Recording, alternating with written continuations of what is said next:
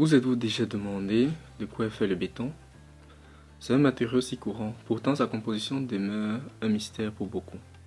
Bonjour et bienvenue sur Genius Civilis. Aujourd'hui, nous allons plonger dans ce sujet fascinant, dévalant les différentes couches de l'histoire longue du béton, ses composants fondamentaux et les innombrables utilisations qu'il a trouvées dans notre monde moderne. Nous mettrons également en lumière l'impact environnemental de ce matériau omniprésent, un sujet de plus en plus important dans notre époque consciente des enjeux environnementaux. Et bien sûr, nous ne nous arrêterons pas là.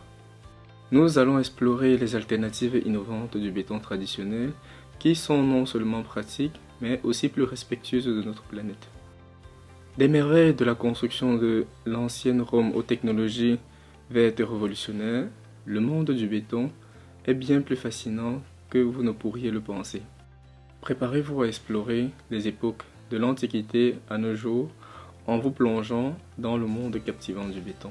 Le béton, étonnamment, n'est pas une invention moderne. Ses origines remontent aux civilisations anciennes. Les premières utilisations connues du béton ont été par les Égyptiens et les Romains. Les Égyptiens utilisaient une forme primitive de béton pour la construction de leurs pyramides, tandis que les Romains, connus pour leur habileté architecturale, l'utilisaient abondamment dans leurs structures emblématiques. Le Panthéon, le Colisée, les aqueducs, toutes ces merveilles romaines ont été construites en utilisant une forme primaire du béton. Ce sont les Romains qui ont découvert qu'ajouter de la cendre volcanique au mélange rendait le béton plus fort et plus durable. C'était l'ingrédient secret qui permettait à leur structure de résister à l'épreuve du temps, certains restant debout même après 2000 ans. Ainsi, le béton façonnant nos civilisations bien plus longtemps que vous ne l'auriez imaginé. Revenons à nos jours. Le béton a évolué de manière significative, mais de quoi est-il exactement fait? À sa base, le béton est un mélange simple, mais c'est cette simplicité qui le rend si polyvalent. Les composants clés du béton sont le ciment, les agrégats et l'eau. Ces éléments se combinent pour former une substance qui a façonné notre civilisation telle que nous la connaissons aujourd'hui. Le ciment agit comme la colle, liant tout ensemble. Il est généralement fabriqué à partir de calcaire et d'argile chauffés dans un four jusqu'à ce qu'il fusionne en un matériau appelé clinkers. Ce clinker est ensuite broyé en poudre fine que nous connaissons sous le nom de ciment. Les agrégats constituent la majeure partie du mélange, comprenant généralement du sable, du gravier ou de la pierre concassée. Ils fournissent structure et force au béton, tout en réduisant la quantité de ciment nécessaire. L'eau, l'ingrédient final, active le ciment et permet qu'il durcisse. En ajoutant la quantité d'eau, nous pouvons rendre le béton plus fluide ou un coulage plus facile ou plus rigide pour une plus grande résistance. Maintenant que nous savons de quoi le béton est fait, explorons comment il est utilisé dans notre monde moderne. Des gratte-ciel aux trottoirs, le béton est partout. C'est un témoignage de notre habileté architecturale et un acteur essentiel dans le monde de la construction moderne. Il est l'épine dorsale de nos villes, fournissant la structure pour les structures imposantes qui grattent le ciel. Il pose les bases de nos routes, servant de chemin durable et fiable pour des millions de navetteurs chaque jour. Mais le béton n'est pas seulement réservé aux grands projets. Il est également utilisé pour les maisons et les bâtiments plus petits en raison de sa résilience et de sa polyvalence. Il peut résister aux conditions météorologiques difficiles et mieux résister au feu que de nombreux autres matériaux.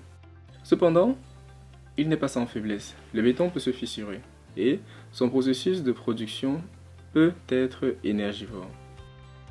De plus, une fois durci, il n'est pas facilement modifiable.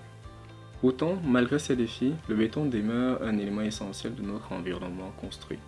Mais, à mesure que nous construisons de plus en plus avec du béton, nous devons également tenir compte de son impact environnemental. Le béton, bien qu'incroyablement utile, comporte un coût environnemental significatif. Explorons cela un peu plus en détail.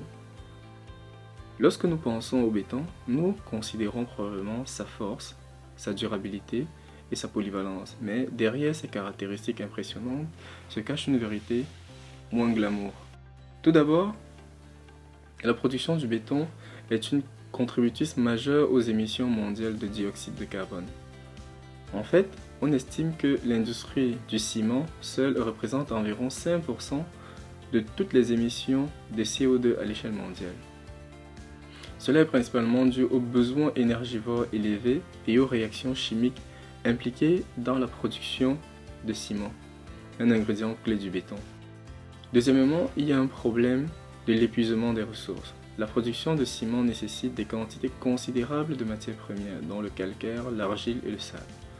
À mesure que nous extrayons continuellement ces ressources de la Terre, nous épuisons progressivement les réserves naturelles de notre planète. Ensuite, il y a le volume impressionnant de béton que nous produisons.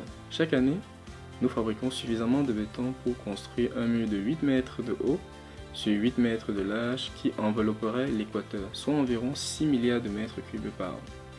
C'est beaucoup de béton et cela contribue tous à des impacts environnementaux significatifs, de la destruction des habitats à la pollution de l'eau.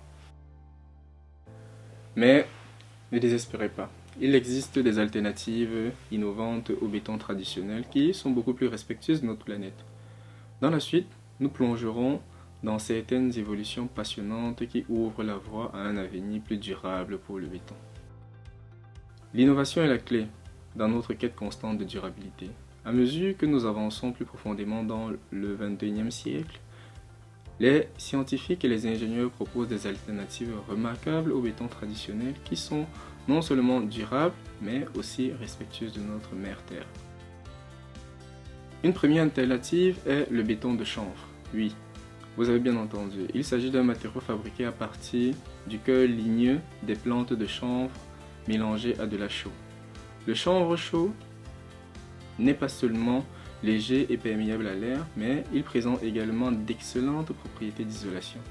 Il peut être utilisé dans les murs, les planchers et les toits, offrant une solution écologique au béton traditionnel. Ensuite, il y a le grass-crête ou béton poreux, une solution ingénieuse qui consiste à verser du béton autour d'une grille de vide en plastique. Une fois que le béton durcit, le plastique est retiré, laissant une structure en forme de nid d'abeille. Les espaces restants peuvent être remplis de terre et d'air, créant une surface perméable et verte qui peut gérer efficacement les eaux de pluie. C'est un choix parfait pour les parkings, les allées et les trottoirs. Une autre innovation est le béton de mycélium, un béton vivant, respirant, créé à partir de la structure racinaire des champignons. Ce matériau peut se développer lui-même dans des formes spécifiques et biodégradables. C'est une avancée incroyable vers une construction sans déchets. Enfin, nous avons l'air-crête ou béton cellulaire, un matériau léger et résistant au feu fabriqué à partir d'un mélange de ciment, de chaux, d'eau et d'une petite quantité d'air incorporé. Il est idéal pour l'isolation et peut être utilisé dans tout, des murs aux quais flottants.